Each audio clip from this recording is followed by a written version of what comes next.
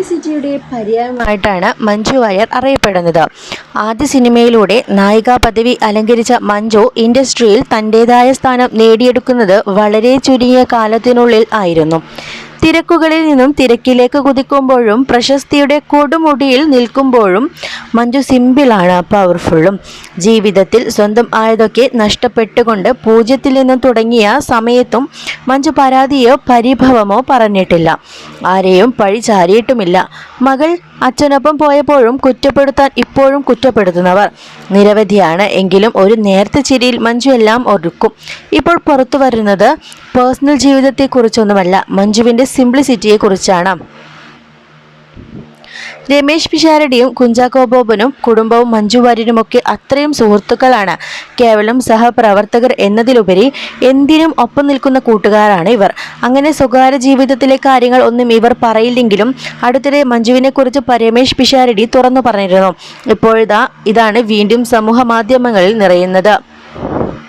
അമൃത ടിവിയിലെ ഒരു പരിപാടിയിൽ വെച്ചാണ് മഞ്ജുവിന്റെ ലാളിത്യത്തെക്കുറിച്ചുള്ളൊരു കഥ രമേശ് പിഷാരടി പങ്കുവെക്കുന്നത്.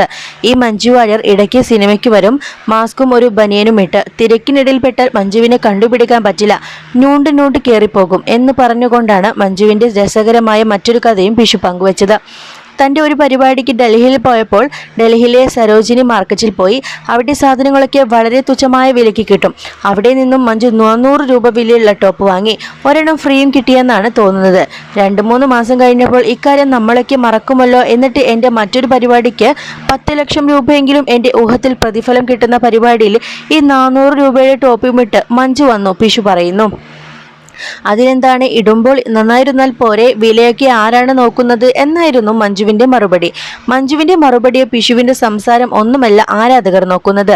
ഒരു പരിപാടിക്ക് 10 ലക്ഷം രൂപയോളമാണ് മഞ്ജുവിന് കിട്ടുന്നതെന്നാണ്. അങ്ങനെയെങ്കിൽ ഒരു 10 പരിപാടി അവതരിപ്പിച്ചാൽ കോടികൾ. പിന്നെ സിനിമ, പരസ്യ ചിത്രങ്ങൾ, പ്രൊമോഷൻസ് എല്ലാം കൂടി കോടികളാണ് മഞ്ജുവിന് കിട്ടുന്നത് എന്ന കാര്യമാണ് ആരാധകർ നോക്കിയത്.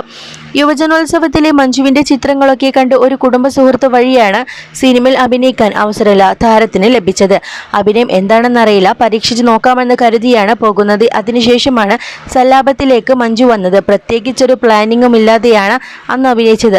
ഇപ്പോഴും അങ്ങനെ തന്നെയാണ്, ഒഴുക്കിനനുസരിച്ച് പോകുന്ന ശൈലിയാണ് തൻ്റേതെന്നും മഞ്ജു മുൻപ് പറഞ്ഞിട്ടുണ്ട്. 1 കോടിക്ക് മുകളിലാണ് ഇന്ന് മഞ്ജു ഒരു സിനിമയ്ക്ക് കൈപ്പറ്റുന്നത്.